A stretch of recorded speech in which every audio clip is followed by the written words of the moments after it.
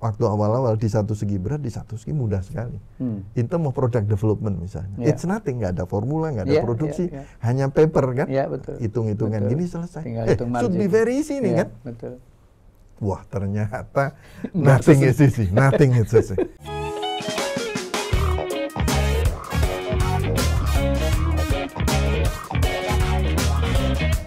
Learning Partners.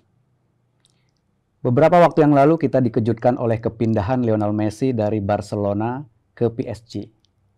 Lionel Messi yang merupakan produk dari lembaga pelatihan Barcelona, berkarir di Barcelona, begitu panjang karirnya dan prestasinya begitu luar biasa, di penghujung karirnya kemudian memutuskan untuk pindah.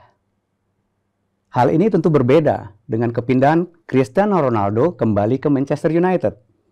Cristiano Ronaldo bukanlah tipikal pemain seperti Lionel Messi. Cristiano Ronaldo dari Portugal ke Inggris, ke Spanyol, kemudian ke Italia, dan sekarang kembali ke Inggris. Dua tipikal yang berbeda. Dan bisa dilihat pada minggu-minggu awal, Cristiano Ronaldo langsung mencetak gol bagi Manchester United. Sementara sampai hari ini, Lionel Messi belum mencetak gol untuk PSG. Di dalam dunia profesional, adalah hal yang lumrah kalau seorang profesional memilih berkarir di satu company dari awal masuk sampai puncak karir, bahkan sampai pensiun. Ini kita sebut sebagai internal growth. Tetapi pada saat yang sama, ada profesional yang memilih karir melalui external growth career. Dia berpindah dari satu perusahaan ke perusahaan lain, kemudian berharap mendapatkan exposure yang lebih luas, tantangan yang lebih besar, dan karir yang lebih baik tentunya. Hari ini, Learning Partners, kita hadirkan seorang profesional yang memilih pertumbuhan karirnya melalui external growth. Weekend Learning Project kali ini beruntung, kita kedatangan seorang tamu, seorang General Manager Regional Mayora Indah, Bapak Mas Piono. Selamat datang Pak Mas Piono di Weekend Learning Project. Terima kasih untuk kehadirannya. Terima kasih Pak Alex, suatu kehormatan diundang dalam acaranya Pak Alex yang luar biasa ini. Mas Yon, saya memanggilnya Mas Yon ya, karena beliau ini adalah senior saya nih. Waktu di kampus agak menakutkan ini bagi junior. Mas Yon, waktu keluar dari kampus, itu pertama kali memikirkan karir itu seperti apa sih Mas Yon? Pada saat itu seperti, kalau saya panggil Om Alex ini, karena teman golf sehari-hari. Pada saat itu sebenarnya karena seperti Om Alex dan teman-teman tahu, saya pada saat di kampus kan aktivis juga. Jadi saya ketua senat pada saat itu. Sehingga saya sebenarnya sudah selalu memimpikan posisi untuk general management. Jadi tidak functional. Jadi dream saya selalu general management, karena waktu di teknik industri kita banyak sekali belajar tentang manajemen, dan waktu itu merasa wah kita harusnya bisa ini untuk multidisiplin. Jadi kita langsung on top. Tetapi reality of life tidak seperti itu. Jadi ketika kita lulus nggak bisa itu tiba-tiba langsung jadi GM di suatu operation. Jadi kita harus milih lewat fungsi yang mana. Dan pada saat itu bagi saya fungsi apapun itu. Jadi dreamnya GM, tetapi start at that time anywhere, whatever yang accept me first, I will join. Jadi pada saat itu nggak punya luxury seperti anak-anak saya sekarang dan teman-teman sekarang yang selalu banyak pilihan dan segala macam. Bagi saya pada saat itu I can start from whatever function, whatever company, and I will prove that I can do better, dan suatu saat berharap posisi di GM itu, kira-kira gitu. Jadi awal-awal tidak terlalu memilih ya. Betul. Masuk sebuah fungsi, kemudian berharap ujungnya ada di top. Betul. Fungsi apa yang waktu itu ditawarkan pertama kali? Nah, pada saat itu adalah di new product development. Jadi karir pertama saya di PT Wicaksana. PT Wicaksana pada saat itu adalah the biggest distribution company di Indonesia karena dia distribusi Indomie noodle pada saat itu. Jadi, wah, besar sekali ya? Iya, besar sekali. Dan pada saat itu ownernya sudah punya visi atau seperti planning atau antisipasi bahwa dia tahu hidupnya distributor itu sangat tergantung dari prinsipal. Prinsipal, yes. Jadi kalau prinsipal cabut bisa wassalam. Ya, sehingga dia pingin punya produk brand sendiri. Okay. Nah, sehingga dia build departemen itu khusus untuk develop new product, dan saya join di bagian itu. Product development. Product development. Jauh dari bayangan semula. Jauh dari bayangan yang GM yeah. and all other functions itu. Tapi dengan background pendidikan masih ada hubungan nggak? Masih, karena nah produk-produk yang ingin di develop pada saat itu fokus di food. Oke. Jadi nah di situ food technology, teknologi industri pertanian masih ada bau-baunya lah. Masih ada hubungan masih hubungannya lah. Jadi walaupun belum, ini bukan passionnya sebenarnya, tapi masuk dulu. Masuk dulu, betul-betul. Berapa lama, Mas? Di situ kira-kira 2-3 tahun. Tapi menariknya di new product development itu sebenarnya ada bagian kecil dari general management function. Karena di new product itu kita nggak punya direct report langsung, tetapi harus berhubungan dengan banyak sekali pihak. Jadi harus berhubungan dengan tim finance untuk ngitung P&L-nya, harus berhubungan dengan R&D untuk develop formulanya, harus berhubungan dengan manufacturing. Jadi fungsi general management sebetulnya dimainkan juga. Betul. Jadi pada saat itu kok pas, kalau orang Jawa bilang tuh dilalah gitu. Kok pas cocok gitu loh. Padahal waktu itu sih whatever function, tetapi kok pas kebetulan diterimanya di new product development, ya it's like mini GM gitu. Jadi di situ kira-kira 2-3 tahun lah waktu itu. Apa achievement terakhir di situ, Mas? Nah, di situ pada saat itu adalah tidak hanya saya, tetapi dengan tim kita berhasil meluncurkan brand namanya Gaga itu. Gaga. Jadi GAGA, ikan kaleng. Jadi itu saya kira kalau di new product itu biasanya takes time. Tetapi within 1-2 years kita berhasil melaunch produk itu, dan sampai sekarang produknya masih ada. Masih ada. Dan waktu itu juga pelajaran yang sangat berharga bagi saya, karena saya di situ learn mulai dari product differentiation dan segala macam. Jadi kalau kita launch produk baru itu pertama harus kita pikirin apa bedanya dengan yang ada gitu. Karena pada saat itu sudah entry-nya nggak gampang ya. Betul. Dan probability untuk failure kan sangat tinggi. Nah, kira-kira itu yang saya sangat bangga sampai hari ini, at least karena bayinya sampai sekarang masih hidup. Dan besar. Lumayan besar. Pertanyaannya, kok bayi baru dilahirin 2 tahun terus ditinggal tuh, apa triggernya? Nah, pada saat itu jadi kalau orang bilang kan katanya harus match antara readiness dengan opportunity. Nah, jadi saya selalu prepare waktu itu, tiba-tiba ada opportunity dapat beasiswa ke Jerman. Dan yang menarik, beasiswa dulu pada zaman saya itu, beasiswa dari pemerintah Jerman itu biasanya untuk pegawai negeri. Tetapi pada saat itu pertama kali pemerintah Jerman ingin mencoba, proyeknya hanya untuk Indonesia sama Filipina. 10 orang Indonesia, 10 Filipina diseleksi, dipilih untuk sekolah international marketing. International marketing di Jerman dengan tujuan supaya ada ekspor dari negara-negara ASEAN ke Europe semakin besar. Jadi objektifnya itu. Nah, karena ada opportunity itu. Berarti kayak magang begitu ya di sana? Ya, nah sistem pendidikan di Jerman itu selalu mengandalkan dual system itu mereka sebut. Jadi kuliah kira-kira 3 bulan, bekerja 3 bulan. Jadi saya selama hampir 2 tahun di sana, kira-kira gitulah, 3 bulan ke kampus, 3 bulan kerja, 3 bulan kampus, 3 bulan kerja, kira-kira gitu. Kalau di berapa perusahaan sempat, Mas? Kira-kira 3-4 perusahaan tuh. Industri yang sama atau? Enggak, berbeda-beda. Berbeda-beda. Jadi mulai dari supermarket, tapi semua related ke food.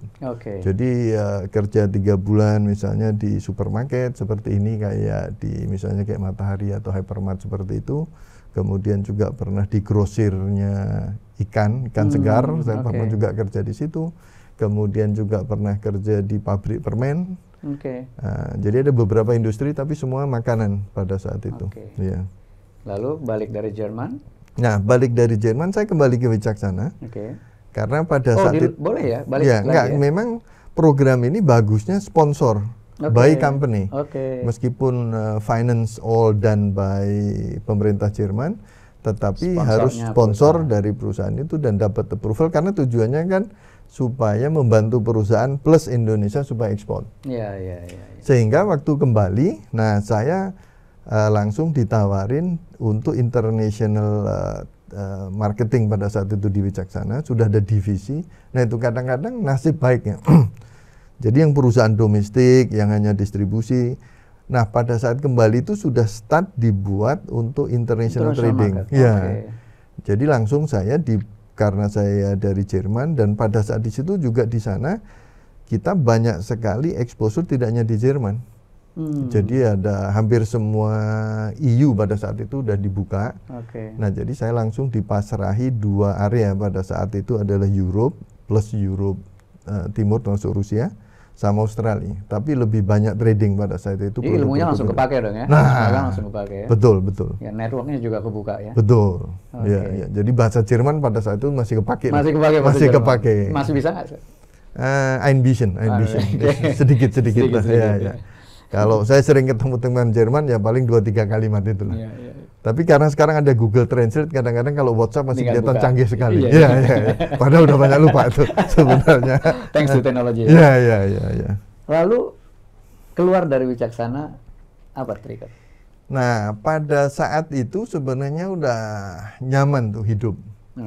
Karena pada saat itu masih muda, kira-kira kan 3 tahun plus 2 tahun, 5 tahun dari lulus, sudah judulnya udah keren, Pak Alex, Om Alex waktu itu udah regional manager, belum direktur judulnya, regional manager Europe plus Australia. Australia kan keren sekali itu ya. Dan travelingnya sudah ke semua Europe plus Australia pada saat itu. Nah, cuma kembali, jadi kalau saya bekerja dengan baik itu selalu, sejak zaman dulu pun namanya headhunter itu sudah berkeliaran. Yang mencari kira-kira. Ini triggernya headhunter. Jadi almost, nanti kalau dilihat sejarah karir saya, hampir saya nggak pernah apply tuh. Kecuali yang Wicaksana saya apply. Karena masih baru. Iya, masih baru. Tetapi setelah itu all is about the headhunter. Saya nggak tahu mereka dapat dari mana, mungkin networking dan segala macam, sehingga mereka menawarkan, ini ada perusahaan Belanda, Nutrisia pada saat itu, sama posisinya tapi international product manager judulnya, untuk wilayah Asia. Nah, jadi ada 2 hal yang menarik pada saat itu. Pertama adalah perusahaannya perusahaan asing, perusahaan Belanda. Jadi saya kira ini cukuplah bekerja pada konglomerat Indonesia. Saya kira it's good to learn, ini ada perusahaan Belanda gitu kan. Pengen belajar sesuatu yang baru lagi ya. Jadi ini gimana sih kalau perusahaan internasional itu gitu kan. Nah yang kedua, marketnya juga beda. Jadi kalau saya merasa pada saat itu saya udah relatif mengenal Indonesia of course, Europe sudah, Australia sudah, nah ini ada Asia. Nah jadi saya ingin melengkapi range of experience. Jadi dari segi company-nya dan dari segi marketnya. Jadi ini Nutrisia pas pada saat itu, kira-kira gitu. Plus, nah pada saat itu karena masih muda, memang ada kompensasi-kompensasi tapi that's automatically lah. Betul. When somebody offer, they know what they need to offer kan, otherwise we don't move. Tetapi trigger yang lain selain kompensasi benefit adalah yang tadi. Keinginan untuk belajar sesuatu yang baru, ingin belajar memperluas exposure dari Asia. Itu kelompok produk yang ditangani sama sebetulnya ya? Sangat berbeda, sangat berbeda. Jadi kalau di Wicaksana, karena kita trading itu almost everything. Apapun produk Indonesia yang bisa diekspor, could be food, could be beverage, could be furniture, could be toiletries. Furniture juga ada? Ya, everything, everything. As long as ada buyer yang ingin, kita cari. Jadi kalau istilahnya teman-teman sekarang palu gada gitu. Palu gada, apa aja dibutuhin buyer Ya, kita carikan betul barangnya. betul. Dan kita dengan network saya di Europe banyak yang butuh ini, jadi kita semacam jadi kayak purchasing agent. Jadi ada dua, purchasing agents atau kita company agent yang memasarkan. Jadi dua. Dan macam-macam produknya. Nah, kalau di nutrisi ini very special. Mereka hanya fokus di baby food. Which is susu sama cereal pada saat itu. Dan di situ memang saya learn how different gitu kan. Waktu itu kalau perusahaan Indonesia kan hampir semua yang big company, konglomerat, it must be always so many industry they are in, so many product they are in. Bisa fokus. Betul. Gitu ya. Nah, ini ada perusahaan sudah more than 100 years hanya jualan susu baby food aja. Baby food. Cuma di seluruh dunia dan mereka number one pada saat itu. Gitu. Jadi produknya beda sekali, wilayahnya beda sekali, bosnya bule-bule gitu kan. Jadi everything is different pada saat ada kita perbedaan kultur nggak yang dirasakan Mas waktu itu? Theoretically yes, tetapi in practically dan nanti learn along the way. In the end, human is human. Human is human. People is people. Jadi saya nggak akan pernah lupa bos pada saat itu, karena bos Belanda, jadi mungkin saya nggak apa-apa sebutkan. Jadi di setiap meeting beliau selalu bilang, I'm a Dutch, I'm Europe, I'm very open. Tapi you can say anything, no problem. No problem. But when the questions come and he don't like, he's so angry. So it's the same. So I'm open. Yeah. So in the end, I think human is human, people is people. So that I think is a lesson learned at that time, very important, because first kita selalu belajar bahwa different culture, different itu. Tetapi in the end human is human. Dari berapa tahun Mas di Nutrisia? Di Nutrisia cukup lama ya, mungkin hampir 5 tahun ya kira-kira. Iya. Itu role-nya sama selama 5 tahun itu atau putar-putar terus? Putar-putar terus. Jadi kira-kira 2 tahunan. Nah itu juga something yang saya biasanya selalu ingin. Kalau tadi Pak Alex menyebut ada internal growth, ada external growth. Saya biasanya ingin mengoptimize internal growth dulu. What is the maximum I can do in this? Jadi jadi waktu saya masuk setahun 2 tahun kan pegang wilayah ASEAN. Jadi itu basically support other market kayak Malaysia, Singapura, Thailand, Filipina. Tapi lebih ke supporting role.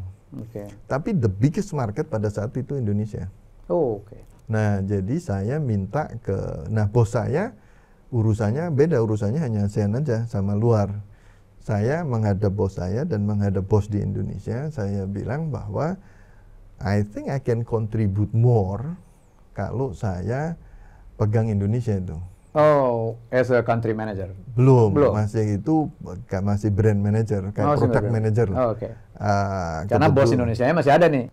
Pada saat itu di multinational sebagian besar, tidak hanya di Nutrisia, karena saya ngamatin juga beberapa perusahaan multinational, rata-rata itu pasti direktur level itu expat. Di Nutrisia juga gitu, presiden director expat, marketing director expat, sales director expat, finance director expat. Biasanya yang selalu orang lokal itu HR. HR director selalu lokal tuh. Karena regulasi dan segala. Tapi yang lain selalu expat. Nah, pada saat itu saya merasa ada gap komunikasi tuh. Pada saat itu honestly lulusan perguruan tinggi pada saat itu bahasa Inggris belum sejos anak-anak sekarang. Betul. Pada saat itu masih struggling. Saya masih ingat yang kembali kalau boleh sedikit waktu ke Jerman itu, kan dapat jatah 10 Indonesia, Filipina 10. Itu Indonesia yang lolos cuma 4. Gara-gara bahasa aja. Hanya karena masalah bahasa. Filipina bahasanya very fluent. Padahal yang diminta bahasa Inggris kan, bukan bahasa Jerman. Bahasa Inggris. Bahasa Inggris. Jadi struggling, tapi even waktu itu saya pun agak struggling. Cuma at least bisa berkomunikasi kan.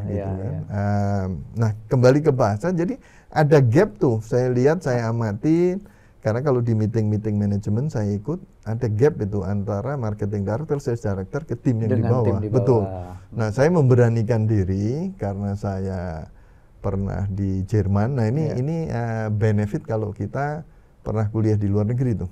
At least nggak confidence-nya. Ya, satu confidence, yang kedua juga akan dipertanyakan soal bahasa Inggrisnya kan. Bahwa we survive 2 years di luar negeri, meskipun di Jerman pasti bahasa Inggrisnya oke lah, karena betul, kan ada di mana-mana. Nah, jadi mereka oke tuh. Saya pindah ke lokal. Nah, kebetulan pada saat itu, nah ini kadang-kadang boleh percaya boleh enggak, jadi readiness di kita, kapasitas, kapabilitas kita ada, tetapi kadang-kadang luck dan opportunity itu kan. Betul. Nah, Nutrisia waktu itu mau launch one of the biggest brand dari Belanda yang belum ada di sini, namanya Nutrilon. Nah, jadi saya masuk pas kebetulan tuh. Very successful pada saat itu di marketing. Jadi tadi pindah ya, jadi international marketing ASEAN, kemudian Indonesia. Pegang Indonesia marketing. Nah, saya itu selalu berusaha, pertama pekerjaan saya dulu saya harus optimalkan, maksimalkan. Selalu line dengan bos, kalau bos sudah happy, biasanya saya mulai pelajari yang lain tuh. Nah, pada saat itu sebenarnya marketing sama sales itu sangat dekat. Tapi di banyak company kan memang dipisah marketing director, sales director, dan mereka sering konflik tuh biasanya. Betul. Nah, saya selalu justru ingin belajar kenapa kok sales itu seperti ini gitu. Dan saya karena mungkin orang Indonesia yang bisa bahasa Inggris, saya juga sebagai orang marketing saya sering ke lapangan, jadi saya sering bisa menjelaskan case-case sales itu ke manajemen lebih bagus dari sales team. Gitu ceritanya. Sehingga sama ketika marketing saya udah merasa beres, saya bilang ini kayaknya problemnya di sales. Jadi harus ada somebody yang fix the sales ini gitu. Nah, pada saat presidennya setuju, jadi saya dipindahkan ke sales. Dan itu biasanya akan sulit sekali. Jadi ini kembali nih internal growth yang paling bilang, tetapi fungsinya beda-beda. Iya, betul. Ini horizontal movement ya. Betul. Mungkin buat learning partners perlu nih tahu bedanya marketing dengan sales tuh, bisa di-elaborate sedikit nggak, Mion? Nah, ada banyak beda pendapat, tetapi secara umum kalau sales itu sales dulu itu karena paling gampang. Karena sales tujuannya kan jualan tuh. Jelas. Jadi very clear KPI-nya pokoknya. Jadi biasanya sales dan distribusi lah number one. KPI-nya volume, betul, volume, visibility, availability gitu kalimat-kalimatnya. Nah, kalau di marketing itu, nah ini kalau orang sales bilang dia tugasnya sell in. Jadi dia jualan ke toko-toko kalau consumer good. Tetapi sell out-nya ini tugasnya tim marketing. Bagaimana tim marketing mengeluarkan barang dari toko-toko adalah dengan brand building, TV communication dan yang lain. Kira-kira main job difference-nya itu. Sehingga kalau produk nggak laku, nah mereka saling blame tuh. Orang sales bilang produk saya ada tapi nggak keluar. Orang marketing bilang, dan selalu bisa dicari kesalahannya orang sales. Karena never perfect. Kalau di consumer good like di Indonesia, we are talking about what, like 3 million retailer. No company, even as big as Mayora, Unilever, can cover 3 million. Maximum 20-30% of that. Geographically betul. Jadi kalau orang marketing ingin cari kesalahan orang sales, gampang sekali. You check 100 store, so many store, betul, produk nggak ketemu. Sudah produknya ada, displaynya nggak bagus. Jadi seorang sales selalu salah. Orang sales sama, karena KPI-nya jelas, volume sama. Betul. Tapi orang sales selalu bisa blame orang marketing juga. Dia bisa tunjukkan, ini store saya, produknya ada di situ, saya udah display bagus. Brandnya nggak ada. Betul, nggak keluar ini, gitu kan. Jadi kira-kira gitu. Lalu perbedaan utamanya. Belajar sales, terus sampai mentok level tertinggi. Karena sales directornya kan bule tuh. Jadi saya dikasih judul, nah saya udah mulai tuh, udah mentok National Sales Manager udah 2 tahun atau berapa. Ini kemana lagi nih? Di sininya bule semua. Is it always bule atau can I move? Akhirnya dikasih jabatan hiburan, Deputy Sales Director. Tapi udah ada judul director, tapi ada deputinya. Karena lokal. Nah, pada saat itu kita very honest, transparan bicara, dan pada saat itu belum ada wacana untuk lokalisasi itu. Untuk director bisa ke lokal. Lokal bisa ke director. Ya, lokal bisa dari director, belum ada. Nah, sehingga come opportunity lagi. Gitu kan. Jadi ini come apa search? Come. Oh, jadi always come. Tapi biasanya ketika internal growth-nya masih bagus, saya biasanya nggak terlalu care terhadap pull faktor. Karena ada push, ada pull. Ya, betul. Jadi kalau kayak tadi di Nutrisia, dari sini masih ada growth ke sini, masih growth ke sales, itu saya kalau ada tawaran-tawaran biasanya masih nggak tergoda lah ya. Nah, masih betul. Ini masih dan very exciting dari betul, itu kan. Kalau udah merasa mentok, baru kemudian betul. Jadi biasanya mentok, terus nggak ada harapan, terus ada tawaran. Gitu kan. Nah itu mulai dilihat apa ini kira-kira. Jadi selalu sebenarnya internal dulu ya. Betul. Baru eksternal ya. Betul. Kalau saya selalu fokus internal dulu, dan di internal itu banyak company yang growth-nya seperti Om Alex tadi bilang, jadi bisa horizontal dulu, baru naik gitu kan. Betul. Kira-kira itu. Lalu comes opportunity. Nah, waktu itu sebenarnya saya dapat 2 offering sekaligus. Satu ke bank. Ke bank ini menarik nih. Yang saya very proud of itu kalau sebagai leader nanti related. Jadi itu mantan anak buah saya pindah duluan ke bank. Dia mempromot saya bahwa dia pernah punya bos di Nutrisia. He feel is very good. Jadi dia rekomend ke super bosnya dia di bank. Luar biasa. Itu referralnya luar biasa ya. Referral dari anak buah jarang-jarang kan. Betul. Biasanya atasan mereferral anak buah. Ini anak buah dan saya ada beberapa case ini nanti dalam pencarian karir yang di referral dari anak buah. Nah kemudian bosnya panggil, singkat cerita terus saya dapat tawaran juga dari Fonterra, which is perusahaan New Zealand, dairy milk. Saya dapat tawaran, dua-duanya sangat menarik.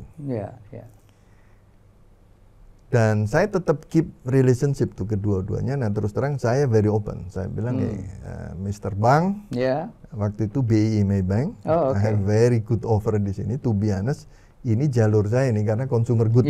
Betul. Ini udah katam lah ya. Ini kira-kira katam. Yang ini nih, I still need to learn a lot, gitu kan bank. It's nah, kenapa akhirnya saya pilih bank? Pada saat itu adalah, saya di dalam perjalanan itu saya selalu ngajar di beberapa kampus sambil paralel. Jadi kalau malam saya hobi ngajar. Hobi buat apa tuh? Ada 2 tuh. Jadi ngajar itu bagi saya selain sejak waktu saya kuliah itu sudah hobi jadi asisten. Jadi if you want to learn something, the best itu sebenarnya kalau you teach somebody. Teach to learn. The best way to learn is to teach. The best way. Karena in order to prepare sharing, you learn more and more. It's for your own consumption and for the other people. Then you learn more. And sometimes you get a lot of questions. Then you learn more again. Nah sejak zaman kuliah sampai terus itu sebenarnya yang motivasi saya kalau ada waktu saya selain mengajar karena that it's the best learning menurut saya gitu kan. Research juga betul. Nah pada saat itu saya sebenarnya ngajar di banyak kampus. Jadi tapi part time ya. Subjek tuh marketing, sales. Marketing. Jadi fokusnya lebih ke ada 2 subjek yang saya sangat suka sejak kuliah di manajemen itu. Satu adalah consumer behavior. Yang kedua adalah organization behavior. Dan itu menurut saya sangat relevan untuk karir di kedua belahan itu. Nah, ceritanya kenapa akhirnya saya pilih bank. Jadi ini kaitannya dengan mengajar. Dan nanti di beberapa karir berikutnya sangat berpengaruh terhadap saya. Problem pada saat saya mengajar, kalau teori saya kira mirip lah. You can learn, saya kira apalagi sekarang zaman sekarang ya. E-book so many kan, case-case so many. Yang menarik sebagai dosen adalah our own experience. Betul. Atau itu yang dicari mahasiswa sebetulnya. Karena itu yang ada di buku. Kalau sama-sama itu tetapi the real life experience of me atau the way saya memandang case tapi based on my own experience. And itu point of view yang berbeda juga. Itu yang Hmm. mendiferensiasi. Sayangnya pada saat itu saya merasa bahwa case-case yang saya sampaikan itu selalu consumer good. Oh, okay. Karena kan mulai awal tadi awal memang di consumer betul. Nah, padahal murid saya Ada bankir. Ada banker, ada finance, ada telekomunikasi, ada properti, ada so many. Sehingga saya memang merasa awalnya sih saya bangga sekali karena saya masih merasa consumer good is the king. If you want to learn marketing, consumer good is king. Tetapi berinteraksi dengan begitu banyak mahasiswa, tidak semuanya begitu. Ada mahasiswa yang feel they are not looking for ini dan mereka nggak tertarik consumer good. I'm in the banking and I want the bank. Nah, jadi ini nih kesempatan belajar sesuatu yang betul. Kalau saya bisa bekerja di bank, maka cerita saya nanti nggak consumer good aja. Jadi mikirnya bukan cuma kerja ya, mikirin juga untuk berbagi gitu ya. Betul. Jadi saya mikirin murid-murid saya pada saat itu dan di masa depan. Karena dream saya terus terang sebenarnya ke depan itu waktu itu saya bayangkan saya pensiun saya mau ngajar. Gitu. Dan saya kira kalau dari teori sekali lagi saya bisa baca saya apa segala macam, tetapi experience nggak bisa tuh. Nah, jadi bank dan itu yang menarik. Jadi waktu saya menolak tawaran Fonterra karena itu interviewnya luar biasa sampai New Zealand, mereka nggak habis pikir. Kenapa kok milih bank? Dan jabatan yang di offer waktu itu sangat menarik. Jadi dia janjikan masih marketing manager, tetapi within 6 months you sukses marketing director. Mereka succession plan-nya very good. 6 months marketing director, maximum 1 year, 2 year you are becoming president director. Untuk Indonesia. Untuk Indonesia. Kebayang nggak? Satu segi jelas sekali. Sangat jelas. Satu lagi bank yang rimba belantara. Kalau ini possibility of success-nya besar sebetulnya. Besar sekali nih harusnya. Udah yang seperti Om Alex tadi bilang nih consumer good saya udah khatam kan. Cuma bank ini kapan lagi saya kok ada aneh-aneh orang. Mungkin, ya. Kok bank nawarin orang consumer good yang know nothing about the bank gitu kan. Saya diskusi sama ini, boleh nggak saya coba bank? Saya bilang diskusinya sama Fonterra. Very open ya. Iya, very open. Saya bilang terus terang ini theoretically I have to choose you. Tapi saya tadi cerita soal passion apa segala. Murid saya ke depan itu.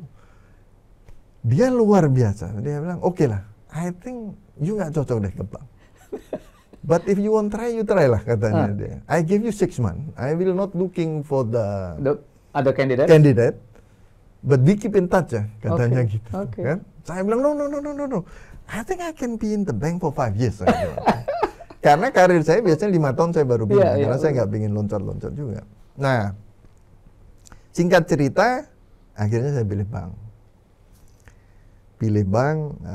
Posisinya apa, Mas? Posisinya keren sekali. Waktu itu group head untuk funding. So one down director ya? One down director, betul. Itu posisi luar biasa. Pada saat itu saya udah lihat teman-teman selevel saya atau atasan ala kakak-kakak kelas kita, Om Alex. Itu judulnya masih VP kira-kira gitu. Pokoknya masih jauh lah. Masih ada yang kepala cabang. Tapi hebat juga banknya ngambil dari consumer good langsung ditaruh di corporate ya. Itu tuh. Makanya ini juga sangat menarik sebenarnya. Kan ini nggak tahu kesalahan apa gitu. Oke, singkat cerita saya masuk ke situ. Nah, terkaget pertama itu size. Pada saat itu we are talking, kalau sekarang memang bank biasalah ratusan triliun. Pada saat itu saya masih like target saya itu 30 triliun. Kalau di consumer good, we are talking 1 triliun itu udah bagus sekali pada saat itu ya. Kalau sekarang biasalah 10 triliun. Ini funding ya? Funding. Jadi mencari funding 30 triliun. Giro, tabungan, deposito, dan yang lain-lain itu kan 30 triliun. Dulu kalau di consumer good, setiap bulan kira-kira mau closing kurang seminggu itu kita udah cek kurang berapa. Iya, bisa dikejar nih. Kurangnya itu biasanya kan 10 miliar, 20 miliar. Di bank awal-awal saya tanya anak buah kan, kurang berapa? Kurang 6 triliun, Pak. Waduh, keringetan itu.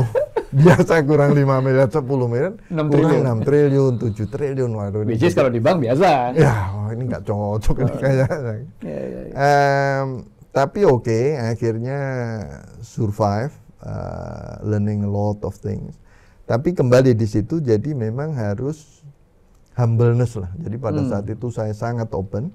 Ke bos sudah kan, saya udah declare, you know all the story. Yeah. What I can do is try to apply the consumer good. Dan mereka memang lagi cari itu, dia merasa pada saat itu lagi ngetren-ngetrennya consumer banking kan. Iya, betul. Jadi semua kan di branding betul. kayak deposito, kayak Oh, giro. makanya ambil dari consumer Betul, goods, tujuannya itu. Dan waktu itu saya merasa waktu awal-awal di satu segi berat, di satu segi mudah sekali. In terms of product development misalnya, it's nothing, nggak ada formula, nggak ada produksi, hanya paper kan, hitung-hitungan gini selesai.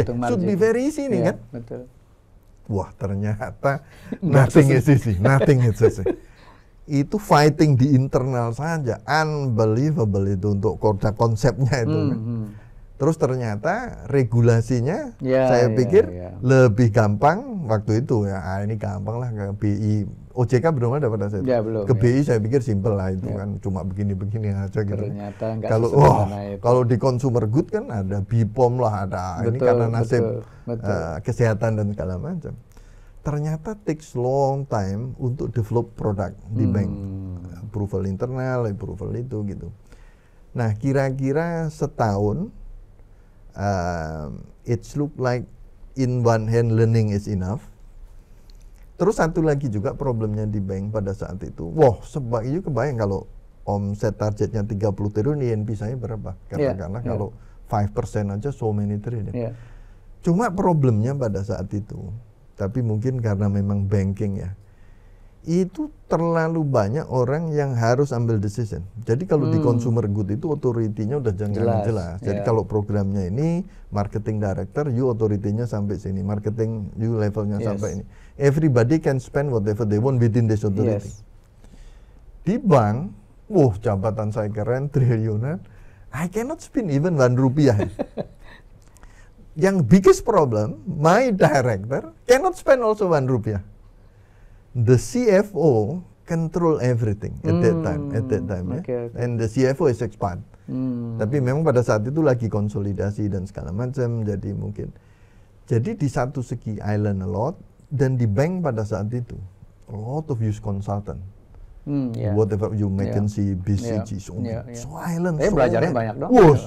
I learn a lot itu. I love it. Learn so many things. Tapi nggak bisa. Nah, nggak bisa execute. Indian kan kita nanti akan dilihat ketika Mas Biono masuk ke situ, before apa, after apa. Nah, betul. Saya nggak melihat tanda-tanda ke situ tuh. Oke, dan saya bisa akses langsung ke CEO juga, karena waktu itu CEO juga yang rekomend. Cuma saya bilang, wah ini kayaknya sulit nih, I cannot contribute gitu kan. Nah, in one hand ini jembatan belum saya putus yang ke Fonterra itu. Iya. He's patiently wait. Tetapi jujur dia bilang, enggak, kita sebenarnya mencari juga. Cuma we still feel that you are still the best candidate pada saat itu. Ya, mungkin sekali lagi alam yang mengatur. Kalau ya Allah lah Subhanahu wa taala itu yang mengatur, disiapin lah tempat ini untuk saya gitu. Oke, jadi bank 1 year only. Dan Fonterra. Balik ke Fonterra. Fonterra sesuai janji itu, very mulus. Begitu join, saya langsung marketing director. Langsung director. Marketing sales director. Terus nah itu sebenarnya kan janjinya 1 year, 2 years, presiden director akan kembali ke New Zealand, and kalau saya sukses saya akan naik. Itu kembali tuh, mungkin Allah Subhanahu wa taala yang ngatur. Within 6 months ada rotasi di regional. Dan presiden directornya ini harus pindah ke Malaysia. Jadi mau nggak mau saya yang jadi presiden director. Within 6 months. Within 6 months lah, roughly 6 months. Jadi it's very fast. Dan waktu itu saya masih sekitar berapa ya, 40 tahun something lah. And I'm the first local president director. Nah, waktu zaman tadi itu sudah banyak tuh kalau level direksi, tapi belum presiden director di Indonesia pada saat itu. Kalau sekarang kan udah banyak. Nah, pada saat itu masih very few tuh, very proud becoming president director of Fonterra gitu, kira-kira gitu sejarahnya. Luar biasa. Itu tapi belajar banyak ya waktu di bank ya. Belajar banyak. Nah, yang menarik di bank itu waktu itu saya terkagum-kagum. Saya anak buah saya itu 10 malam, 11 malam, selalu masih di kantor. Wah, hebat sekali nih ya. Terus saya mencoba menyelamin kehidupan mereka. Ternyata beda sekali. Jadi kalau makan siang itu lama sekali teman-teman di bank. Oke. Jadi kalau lunch itu baliknya nanti paling jam 3, jam 4. Alasannya ada ketemu klien lah atau apa gitu. Sampai networking saya nggak tahu lah kemana. Jadi akhirnya baru balik setelah jam 4 gitu. Tapi terus Kerjanya sampai malam. Iya. Nah waktu itu saya coba yang work life balance itulah kira-kira gimana ini, coba nggak perlu karena feeling saya nggak akan produktif lah kalau malam betul, gitu kan. Betul. Ya, tapi again I learn a lot in the bank with those bureaucracy dan yang paling penting network kan. All is new itu. Dan satu hal juga kalau setiap pindah company itu, dan kan saya sering juga ketemu orang-orang beberapa pindah company nggak sukses. Itu rata-rata sering menurut saya problemnya, ini sekalian sharing ke teman-teman. Itu pertama biasanya selalu blame company-nya itu. Oh ini company nggak bagus segala macam. Jadi I'm becoming the hero. Itu langsung jadi orang yang di dalam antipati kan. Betul. Nah, yang kedua bawa banyak gerbong tuh. Biasa. Kalau saya biasanya nggak pernah tuh. Jadi sampai nanti titik akhir itu biasanya saya pindah itu selalu sendiri, maximize yang ada di situ. Kalau sangat terpaksa itu pun saya biasanya cari eksternal dulu tuh. Karena orang akan curiga aja tuh begitu kita bawa anak buah kita dari itu. Jadi urutannya gitu, internal, eksternal, baru terakhir very transparent, guys, we don't get this, we don't get that, then we need to something like that. Umur 40 tahun, Presiden Director Fonterra Indonesia. Berapa lama Mas di Fonterra?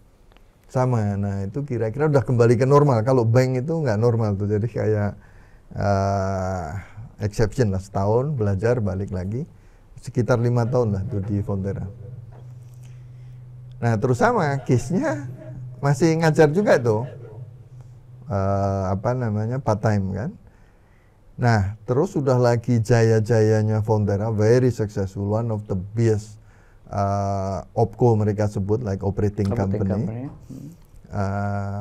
Dan kira-kira sudah puncak lah itu kalau di Indonesia. Regional, nah dulu belum ada wacana itu. Orang non, jadi dulu di zaman dulu ya, jadi historicalnya itu orang Indonesia ini penuh pergerakan pelan-pelan tapi is very good progress. Jadi kalau tadi lihat historicalnya, direksi level multinasional nggak ada lokal. Pelan-pelan ada lokal. Presdir nggak ada lokal. Pada saat saya di situ, regional managing director belum pernah ada orang Indonesia. Jadi biasanya itu levelnya kalau nggak bule India. Until now lah kalau you lihat itu mungkin ada 1-2 tapi it's very rare lah orang Indonesia.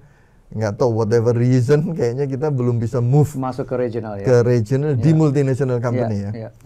Nah waktu itu sama, kalau saya lihat kan ada competitive set juga lah. Jadi kalau ini kan next move dari saya adalah regional managing director. Betul. Nah kalau kita lihat kompetisinya pada saat banyak sekali waktu itu yang even orang-orang New Zealandnya sendiri di country director kan yang ingin ini, dan dari historicalnya belum pernah nih ada yang orang even ASEAN gitu. Iya. Itu satu, jadi kayaknya udah mentok deh di sini kan. Nah, come over dari BlackBerry, telekomunikasi. At that time, very booming. Ini mirip kayak bank, ini kayaknya salah nih company. Kok cari consumer good guy lagi nih, mirip nih. Karena marketnya growing sekali. And at that time, nah ini udah deket-deket bank. We are talking a $1 billion company, jadi kira-kira 14 triliun company. Dan waktu itu BlackBerry Messenger begitu populernya. Luar biasa, nggak ada yang nggak pegang BlackBerry. Pada saat itu. Nah, Samsung dan segala macam belum ada apa-apanya. iPhone, whatever kan. Nah, sama saya teringat lagi ke murid-murid lagi tuh. Ini sesuatu yang baru yang akan memperkaya Horizon. Betul. Dan khususnya. Consumer good katam, bank sudah nggak perlu katam tapi at least bisa cerita belajarnya banyak, konsultannya banyak. Betul. Telekomunikasi, another big pilar pada saat itu kan. Dan masih ada nyambung-nyambungnya dikit dengan branding, dengan apa. Maksudnya nggak terlalu jauh lah. Kalau mungkin oil and gas gitu saya mikir juga. Tapi kalau ini ini masih ada nih. Jadi kembali lagi ini memperkaya. Tapi BlackBerry waktu itu udah lama, udah berapa tahun di Indonesia? Di Indonesia sebenarnya sudah lama. Sudah lama. Cuma mereka representatif, jadi dari Singapura. Oh, okay. Jadi office-nya masih di Singapura, di Indonesia kayak like representative office lah. Ya. Jadi they need, terus waktu itu udah mulai ribut kan soal regulatory, soal government, mulai try itu tuh they need Indonesian head lah. Nah kira-kira itu offeringnya sangat menarik, sehingga saya pindah ke BlackBerry. Tapi kembali jadi, ya. Pamitnya gimana tuh? Nah, kan Fonterra begitu sabar menunggu ya, Om Yon, kemudian. Nah, itu kembali ya. Jadi kadang-kadang hidup itu kita harus banyak bersyukur, dan saya begitu percaya terhadap Allah Subhanahu Wa Taala itu karena kayaknya ada yang ngatur. Saya kebayang kalau pimpinan saya dan decision makernya itu masih orang-orang yang menunggu saya itu. Mungkin nggak tega juga. Saya nggak akan berani itu. Jadi somehow itu ya, di titik-titik after 5 years itu biasanya selalu ada pergerakan di luar saya itu. Betul. Tiba-tiba CEO yang di pusat yang orangnya bagus sekali ganti, ya kan? Terus bos saya yang baik sekali juga itu sering konflik sama dengan CEO-nya. Dan CEO-nya itu merasa tahu persis Indonesia. Jadi I have like 2 boss pada saat itu. Which is theoretically I should be very happy karena saya bisa akses langsung ke CEO di New Zealand. Teoretik. Nah, tapi kan ada etika, ada longgo, ada profesional. Jadi sehingga agak complicated karena ini pertanyaan dari New Zealand sering datang langsung ke saya. Kadang-kadang ada CC, kadang-kadang nggak ke bos. Sementara saya nggak bisa langsung jawab dong. Saya harus tetap. Nah, cilakanya beliau bos saya ini selain beda pendapat nih. Jadi kalau saya banyak percaya di bisnis ini sebenarnya kita nggak tahu persis kalau ada alternatif B, is it really 100%? All is using assumption. But we never tested and implement both karena kondisinya beda. Nah jadi kadang yang atas nyuruh ke utara, yang satu nyuruh ke selatan. Jadi saya banyak sekali tuh harus managing. Sandwich lah ya. Betul. Nah kebetulan itu ada kebetulan ini gitu kan. Jadi tetap is very setiap pindah biasanya penuh air mata tuh. Nah, baik dari saya, baik anak buah maupun bos itu biasanya karena 5 years with a lot of success itu biasanya gitu. Kalau 5 years of failure sih gampang ya. Nah, mungkin bisa langsung itu. Iya. BlackBerry, industri yang berbeda. Tapi sebetulnya pelajarannya memang ada yang beda nggak sih didapat dari industri yang berbeda itu, Mas? Oh, sangat berbeda. Sangat berbeda in term of yang jelas kalau people management, leadership segala macam sih mirip-mirip. Tetapi nah waktu itu kalau dulu kan ada teori yang piramida itu katanya kalau semakin ke atas kita sebenarnya nggak perlu terlalu tahu technical apa segala macam. Tapi menurut saya, experience saya di bank, di telekomunikasi dan di banyak industri, kayaknya harus tetap tuh. To be ideal CEO, I think you need to have a background technical understanding about the technical thing. Karena otherwise kita kayak gerambiang gitu. Jadi waktu kita ambil decision pun nggak firm gitu. Nah itu sehingga kembali jadi karena industri waktu itu sekali lagi underestimate. Jadi kan kita karena dari luar kan, terus baca case study, baca ini kayaknya gampang itu kan. Lagian marketnya juga lagi tumbuh lagi tumbuh. Terus nggak perlu tuh kalau kita jalan ke Mangga 2 kemana, orang kita nggak perlu bayar. Everybody put BlackBerry kan. Very proud. Free macam. Terus advertising. Tidur aja duit datang sekali dari telekomunikasi yang waktu itu bayar itu $1 atau berapa per bulan per BBM. BBM Messenger waktu itu. Jadi jualannya 2 tuh sebenarnya, BBM Messenger langganan, satu lagi device kan. Device pun juga banyak yang ngantri karena begitu populernya. Nah ternyata banyak aspek di software terutama development karena sebenarnya itu hanya di luarnya aja. Tetapi kunci suksesnya di ini sebenarnya adalah di app pada saat itu kita udah develop software. Nah itu blast itu dan agak susah meskipun judulnya kan kita insinyur nih. Tapi jauh sekali. Jadi menurut saya dan mungkin I'm getting old kali ya. Jadi belajar ke situnya agak sulit. untuk masuk ke Technical teknikalnya. ya. Tetapi pada saat itu yang I'm very proud adalah helping in term of government relations, karena waktu itu penting sekali karena database dan segala macam urusan. Nah, itu yang saya merasa memberikan value add besar sekali. But when comes to technical is very tough.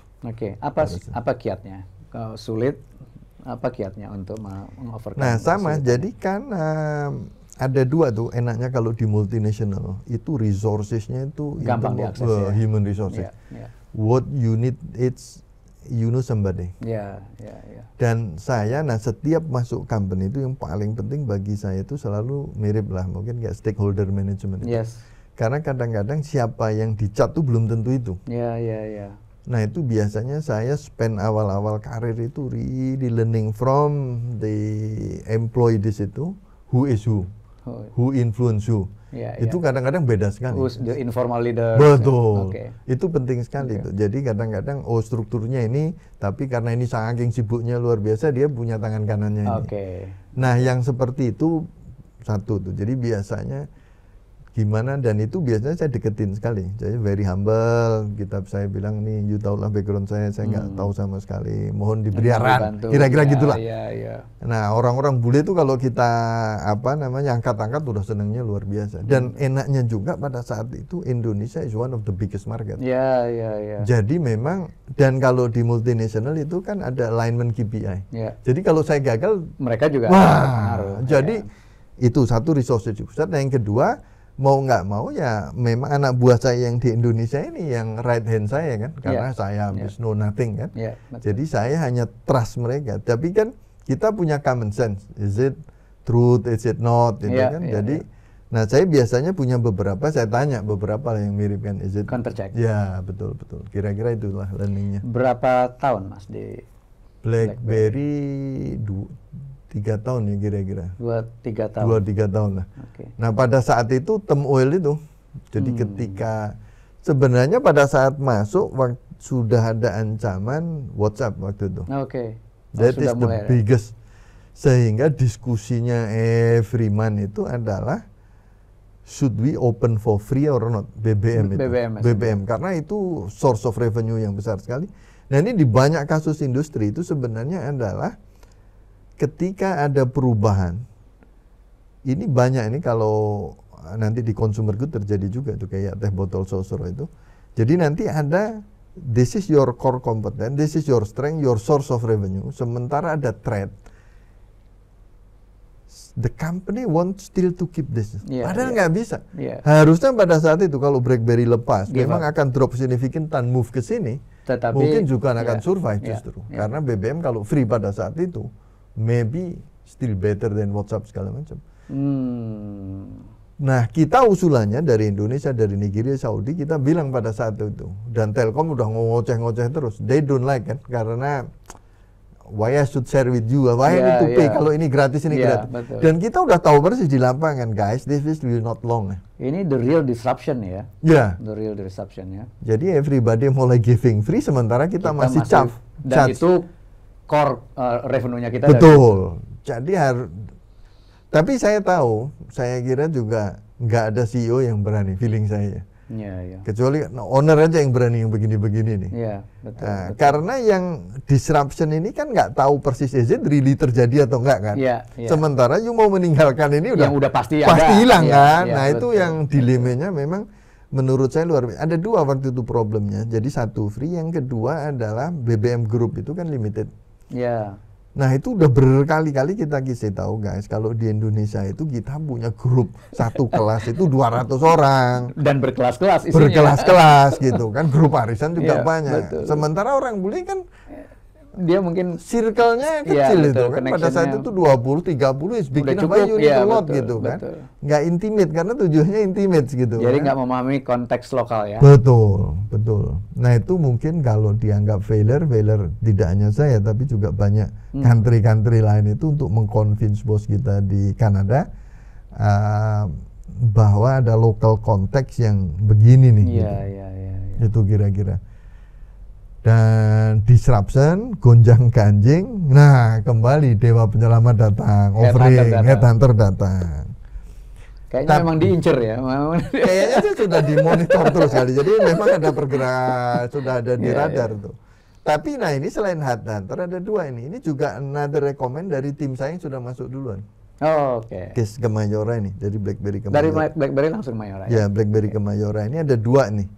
Saya nggak tahu mana yang lebih influential, could be both. Jadi satu adalah mantan anak buah saya yang kasih referral ke sangat dipercaya sama ownernya. Dan di satu segi juga ada headhunter yang approach. Jadi both sehingga nah kalau ini terus terang ada push factor juga nih. Kalau sebelumnya kan ada sebagian besar pull factor. Oke. Kalau BlackBerry ini ada push dan pull nih. Ini pertama kali nih karena kebetulan company-nya gonjang-ganjing dan berubah total, which I don't have any value add di situ, which is mereka berubah ke software. Oke. Jadi mereka pada saat itu hardware akan ditutup, jadi akan di outsource, akan di nggak fokus, dan mereka fokusnya akan lebih ke software. Full software. Which is saya kira saya nggak akan bisa yang tadi istilahnya Om Alex internal growth itu semakin terbatas karena core kompeten saya tidak di situ, kira-kira gitu. Dan Mayora. Apa tantangan di Mayora, Mas? Nah, Mayora is very big company pada saat saya masuk pun. Ambisinya ownernya Mayora juga luar biasa, dan jadi lebih pada saat ownernya minta saya join itu adalah untuk build organization, build people sama build organization. Karena in term of produk sama brand itu Mayora sudah expert mulai dari dulunya itu. Tetapi mereka punya prinsip ada tiga itu, ada produk, ada people, ada proses. Oke. Nah, menurut mereka merasa yang product very strong, product including brand. Jadi mereka yang menemukan dan inovasi begitu banyak produk-produk baru, kategori baru, brandnya juga bagus sekali TV-TV-nya. Nah, tapi in term of people, development atau organisasi, terutama di luar negeri. Jadi kalau di Indonesia udah very strong lah, organisasinya udah very strong, ini strong. Tapi di luar negeri pada saat itu kita masih sebagian besar masih bersifat trading. Jadi kayak kita ekspor terus jadi belum build capability di sana ya. Betul. Jadi belum look like multinational. Kita sebenarnya udah punya beberapa company tapi masih the way kita approach masih belum seperti multinational atau global company lah.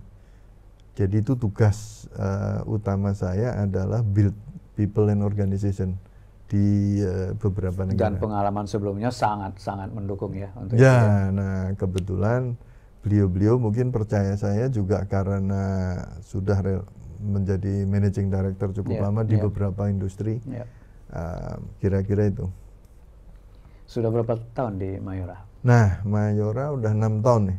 Udah 6 tahun. Dan kelihatannya saya sudah komit as of now ya. As of now. This would be the last. Oke. Kayaknya sudah enough lah. Mungkin dengan usia. Mudah-mudahan Headhunter juga denger nih ya. Ya. Oh masih banyak. Masih banyak. Tapi biasanya langsung gemetar itu. Begitu saya sebut portfolio yang saya manage sekarang. Karena ya terima kasih sekali kepada ownernya Mayora. Saya dipercaya selain ASEAN. Itu sekarang juga sudah ditambah Indonesia untuk M2 mereka sebut, which is kopi sama energen, cereal. Kemudian ditambah lagi Rusia, ditambah lagi Saudi. Jadi it's very big. Jadi teori kembali ke internal growth sebenarnya still so many lah. Can be learned in Mayora. Dan kalau di consumer good, nah ini mudah-mudahan juga untuk bahan ngajar ke depan. Ini saya kira mbahnya consumer good. Tidak hanya di lokal, tetapi juga di international market. Dan waktu itu kenapa salah satu juga pertimbangan selain ada push pull, saya kan selama ini begitu lama membantu perusahaan asing untuk build their brand di Indonesia kan. Nutrisia. Oh waktu itu ada yang kelewat itu ada di Wyatt juga perusahaan Amerika. Nah jadi kalau kita lihat karir perkembangannya itu sebenarnya saya juga mencari culture yang tadi company. Jadi saya udah kerja di perusahaan Belanda mewakili Eropa.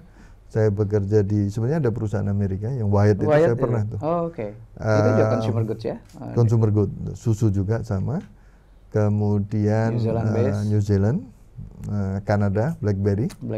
Nah, terus saya pingin juga suatu saat brand Indonesia ini sepopuler brand mereka populer di sini. Dan Mayora luar biasa. Potensial. Even saya waktu join sudah, dan sekarang lebih jos lagi itu. Itu jadi membantu perusahaan Indonesia untuk build the brand in the world, kira-kira gitu. Mudah-mudahan sukses, Om Yon. Ya. Kalau kita lihat tadi ya perjalanan seperti itu, pernah nggak ya Mas Yon dari eksternal ya datang begitu datang sebenarnya ada resource internal yang sebenarnya ini orang jago sebenarnya ini, gitu. Tapi kok nggak dilihat tuh dari internalnya. Pernah ketemu yang begitu nggak sebenarnya? Oh sering. Jadi nah itu menurut saya problem utama. Nah itu suatu saat saya juga pengen lagi memikirkan saya. Jadi saya lihat banyak potensi orang-orang yang begitu bagus. Belum dianalisis. Belum dianalisis itu sebagian besar problemnya adalah di komunikasi itu. Jadi rata-rata adalah the way. Nah ini saya kira penting sekali nih. Karena kan bos-bos itu exposure tetap penting lah, mirip kayak brand. Jadi people need to brand. Dan kadang-kadang bos itu ketemunya beberapa anak buah ini sebentar-sebentar. Pada saat meeting, pada saat presentasi. Nah, di situ. Nah, cilakanya pada saat di situ itu wassalam istilahnya. Dengan segala prestasi yang luar biasa, dengan segala macam pengetahuan. Nggak muncul pada saat meet itu. Nah, saya sudah baca banyak tuh buku presentasi, win to presentation to win apa segala macam. Tapi memang sering nggak nyambung tuh. Dan saya sekarang tugas saya sebagai managing director, karena setiap 2 bulan 3 bulan review dengan owner. Nah itu yang saya lakukan sekarang. Jadi make sure country, apakah event country director, event marketing director atau tim, saya saring betul itu. Gimana telling the story itu. Nah jadi kadang-kadang masih even yang senior level, even di yang sudah bekerja di banyak multinational, saya lihat masih banyak yang harus diimprove the way mereka present. Agar dapetin hooknya gitu. Betul. Supaya kelihatan bahwa bos itu tahu bahwa we know what we are doing. We know what our business, we know what is challenge gitu kan. And kembali sebenarnya setiap bos beda, tapi in general everybody want simplicity. Clarity, thought process. Jadi dan mereka nggak punya waktu banyak. Betul. Terus sama itu satu. Jadi the way they present telling the story. Yang kedua menjawab pertanyaan tuh. Nah ini yang menarik sekali. Sampai sekarang saya nggak tahu udah berapa ratus kali cerita waktu saya kuliah di Jerman dan waktu saya kuliah di TIN, kebetulan dosen pembimbingnya Pak Irawadi yang lulusan Jerman. Yes, lulusan Jerman juga. Itu bisa sama persis pada saat saya sama teman-teman pinjem buku. Ini di profesor di Jerman sama Pak Irawadi itu persis. Gimana? Saya masih ingat tuh. Dan ini saya terangkan berulang-ulang ke semua anak buah saya, nggak tahu berapa ratusan kali. Pertanyaannya saya nggak akan lupa. Buku berapa hari kamu pinjem? Pertanyaannya berapa hari? Kita orang Asia, balik tanya lagi. Bapak berapa? Butuhnya kapan? Enggak, saya tanya berapa hari. Kalau minggu depan gimana Pak? Enggak, saya tanya berapa hari. Simple questions. Sabtu gimana Pak? Kamu ngerti nggak berapa hari? Jawabannya 1, 2, 3 gitu.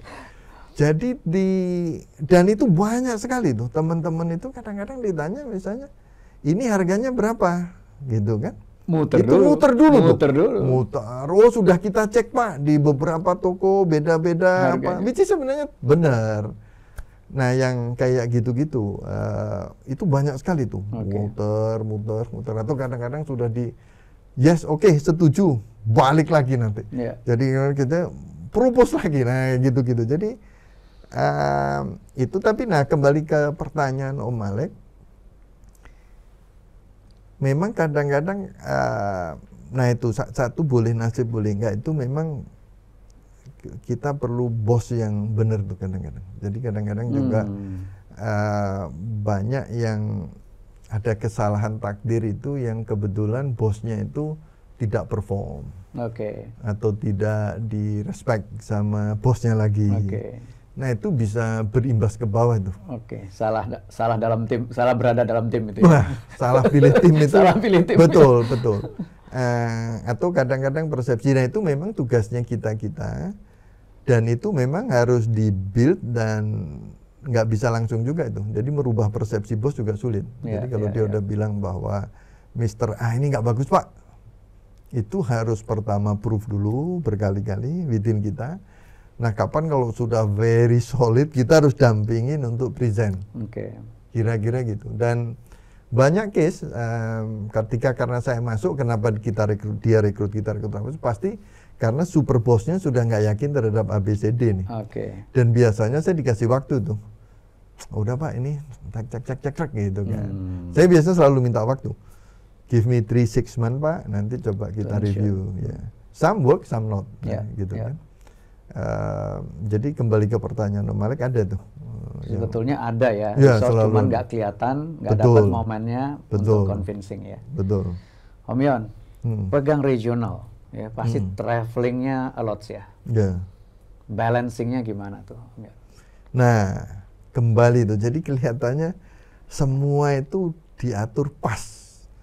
Jadi ketika saya pegang regional, yang I need a lot of traveling, before pandemi kan, setiap Senin pagi, jam 3 pagi saya harus terbang. Nanti Jumat malam jam 12, jam 1 baru nyampe. Itu full, terbang seminggu itu? Full terus tuh, jadi apakah... Bisa dapat berapa negara itu? Enggak, biasanya satu negara aja saya. Oh, satu negara. Jadi misalnya ke Filipina, Senin sampai Jumat. Ngidur di sana? Ya, nguder di sana. Terus next week ke Thailand, next week ke Vietnam, dan seterusnya. Tapi biasanya ada seminggu yang di Jakarta untuk lebih ke internal koordinasi dan segala macam. Nah, pada saat I need a lot of travel, itu family saya udah done tuh. Anak-anak sudah lulus, sudah kerja kan. Istri sudah punya kesibukannya sendiri gitu kan. Jadi dia quote unquote tidak membutuhkan kita lagi. Nah itu jadi lebih easy tuh. Nah yang kedua, dilalah lagi pada saat we need traveling, the telecommunication it's so it's like you are there, you are here lah, the same kan. Video WhatsApp video call dan segala macam. Jadi it's the right time aja. Saya nggak kebayang if this one is when the kid is still baby, for example, atau masih. Dan pada saat komunikasi nggak semudah ini. Betul, betul. Jadi itu kira-kira di situ balancingnya. Timingnya pas juga. Pas. Everything it look like seperti ada yang ngatur gitu. Jadi flow-nya itu kayak universe gitu. Everything betul. Pada timing yang tepat, pada order yang tepat gitu, kira-kira gitu. Jadi preparation, meet opportunity, dan timingnya pas ya. Om Yon, kalau misalnya ada tips yang bisa dibagi ya ke teman-teman yang memilih jalur external growth seperti Mas Yon ini ya. Kira-kira 3 hal yang paling penting apa pada saat beradaptasi dengan organisasi baru, perusahaan baru, culture berbeda? Boleh kasih tips 3 saja yang kira-kira paling bermanfaat buat teman-teman di sana. Jadi 3 things menurut saya berdasarkan pengalaman saya. Pertama, as simple as cari koneksi kita yang sudah kita kenal di company tersebut. Apakah mantan bos, apakah mantan tim, atau satu alumni, atau whatever. Jadi intinya networking. Jadi get network. Jadi karena penting sekali kalau sebisa mungkin, dan biasanya selalu ada itu, apalagi kalau di Indonesia. Makanya network ini sangat penting dibina. Mulai dari mahasiswa, apakah nanti di activity yang lain, charity dan segala macam, karena ini akan sangat membantu. Karena kalau itu satu, kita butuh support, kita tahu siapa yang bisa bantu kita untuk diakses. Betul. Yang kedua, stakeholder management. Make sure you knows who is who. Ya, jadi bedakan antara formal struktur organisasi sama informal organisasi. Even di multinational company. Even di multinational. Sama ya ternyata. Sama. Jadi sometimes, nggak tahu, mungkin kalau Om Alek nggak setuju sebagai orang HR. Tetapi pengalaman saya, even di talent management review succession plan, yang sudah dipersiapkan oleh HRD dengan segala macam performance data segala macam. itu could be easily terminated during the dinner berdasarkan obrolan kita aja tuh yang senior. Saya agree. Jadi misalnya saya beberapa kali itu dan orang lain juga beberapa kali kita propose si A untuk promote itu kan. Terus sudah sepakat di meeting kan, biasanya kita ada succession plan. Oh ini oke ya, ini naik ya. Di formal setuju semua. Waktu dinner, padahal nggak ada hubungannya nih country-country yang lain. Nanti ada satu aja yang nyeletuk gitu. Wah saya kayaknya pernah tuh ketemu sama dia tuh waktu saya ke Indonesia, joint visit apa segala macam. Kok looks belum matang ya? Selesai itu dah. Ada informasi tambahan. Ada informasi tambahan. Nah itu kadang-kadang need us, tapi in general itu kalau udah suasana yang kayak gitu agak susah. At least mengganggu. Iya betul. Nah jadi ya make sure stakeholder tahu persis siapa influence siapa, itu penting sekali. Yang ketiga humble. Jadi jangan show off lah.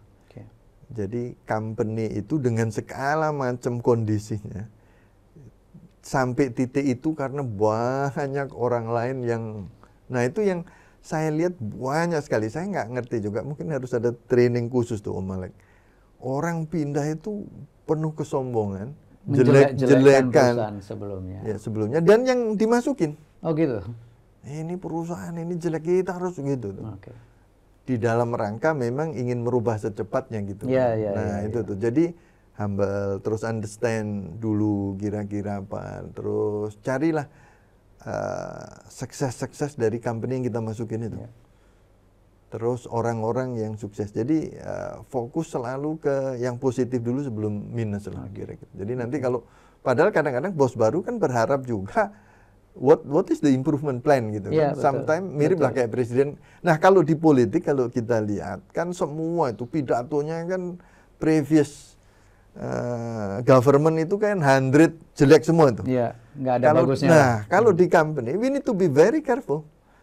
Karena someone very powerful still there. Jadi itu tuh yang kadang-kadang saya lihat banyak teman itu. Wah ini kok bisa gini, goblok sekali, siapa ngerencanakan, nggak taunya ownernya misalnya. Nah gitu, ownernya masih di situ, ya kan? Atau presiden direkturnya lagi. Nah itu tuh, jadi udah masalah tuh. Jadi nggak ada gunanya. Betul. Jadi ya make sure. Jadi kita selalu bicara room for improvement, opportunity, dan selalu cek alignment. Alignment is very important, especially tadi direct boss sama key stakeholder. Selalu kita bicara. Karena sekali lagi saya believe di business itu nggak ada yang bisa proven bahwa ke utara atau ke selatan yang terbaik mana. Jadi selalu harus setuju what if gitu kira-kira gitu Pak. Itu tiga hal yang paling penting. Network, stakeholder management, humble. Kalau ada tips untuk self development, gimana biar bisa belajar cepat mengcater tiga hal tadi itu ya. Ini networknya kemana, ini stakeholdernya gimana. Itu. Nah, kata kunci utama waktu kita mahasiswa atau sekarang itu saya begitu itu namanya curiosity itu. Keingintahuan. Meskipun katanya ada istilah curiosity kill the cat segala macam, itu saya ya mungkin harus dibalance lah. Tetapi everything itu harus start dari keingintahuan. Jadi harus selalu ingin tahu why-nya. Information seeking. Ya, betul. Itu yang menurut saya number one. Nah, yang kedua membandingkan. Jadi kita bisa learn a lot itu sebenarnya dengan perbandingan. Nah, kalau kita punya, itu kalau kita punya own experience lebih bagus kan. Kayak saya tadi yang Pak Om Alex sebut. Jadi saya bisa compare, di sana gini, sana itu lebih gampang. Kalau yang baru teman-teman yang baru belum punya pengalaman, ya itu ada banyak case study kan. Jadi at least belajar dengan membandingkan, it's very good. Nah yang ketiga memang niatkan untuk sharing. Dengan sharing kita belajar juga. Betul. Jadi ya even level saya aja kalau mau sharing ke anak buah, padahal ke anak buah kan harusnya salah-salah pun pasti anak buah tetap respect. Tapi karena saya mau present ke anak buah saya sendiri, saya baca bukunya akan lebih daripada kalau saya dan itu saya masih lakukan. Jadi kalau saya baca beberapa buku manajemen yang lagi bagus, saya bikin summary, saya taruh PowerPoint, saya mau share, itu beda sekali dengan ketika saya baca sendiri. Jadi baca untuk our own atau baca untuk share, itu nggak tahu, mungkin itu hukum Tuhan kan. Ya, ya. Jadi yang keserap di kita justru jauh lebih banyak karena kita share ke betul, orang lain. Betul, kira-kira itu untuk learning. Masih semangat selesaiin PhD? Nah, ini nih. Insya Allah jadi masih menarik. Cuma memang ada excuse nih kali ya. Jadi saya merenung kembali ngajarnya seperti dulu. Kenapa saya ambil PhD? Sama, semua adalah dalam rangka menjadi pengajar. Oke. Terus ada, sebenarnya saya udah nggak perlu PhD. Saya merasa bahwa experience-nya ya lebih sudah kaya mirip lah, ini sudah dilegalkan aja kan. Cuma kan pada saat itu ada rule, dan saya sebenarnya lebih suka ngajar S2 soalnya, bukan ngajar S3. Oke. S2 S1. Nah, cuma kan S2 harus PhD katanya. Yes. Nah, itu makanya kenapa perlu PhD. Jadi saya lagi mempertimbangkan. I think I still wants to finish it. I don't know when. Kembali dalam rangka karena ingin mengajar itu. Ya. Karena niatnya mau berbagi, mau mengajar. Betul. Luar biasa, Mas Yon. Learning Partners, banyak sekali insight yang kita dapatkan pada pembicaraan kali ini dengan profesional yang sudah proven, ya, bukan hanya berkiprah di perusahaan lokal, tetapi perusahaan-perusahaan global, dan sekarang berambisi untuk membantu owners membuat perusahaan domestik menjadi pemain global yang setara dengan pemain global lainnya. Network penting sekali.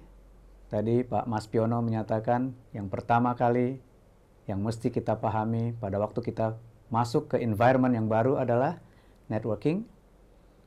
Knowing who is who, ya, kadang-kadang yang formal ada di organisasi, ternyata yang non-formal leadernya berbeda, ya, siapa yang bisa influence pengambilan keputusan dan lain-lain. Lalu stay humble, karena kita nggak tahu barangkali kita sedang bicara dengan siapa dan ide itu datangnya dari siapa. Ini adalah 3 tips penting dari Pak Mas Piono pada saat Anda memilih untuk mengembangkan karir secara eksternal. Lalu tadi juga disampaikan pelajaran untuk mengembangkan diri mulai dari curiosity. Curiosity adalah keingintahuan. Kemudian seeking information, dan yang terakhir adalah bagaimanapun juga kalau Anda mau belajar, yang paling cepat adalah belajar dengan mengajarkan orang lain. Dengan teach to learn, retention knowledge kita justru semakin kaya. Terima kasih Pak Mas Piono, luar biasa. Teman-teman sekalian, saya yakin Anda juga sama dengan saya, mempelajari banyak hal kali ini. Sampai jumpa lagi, salam sehat, salam Learning Partner.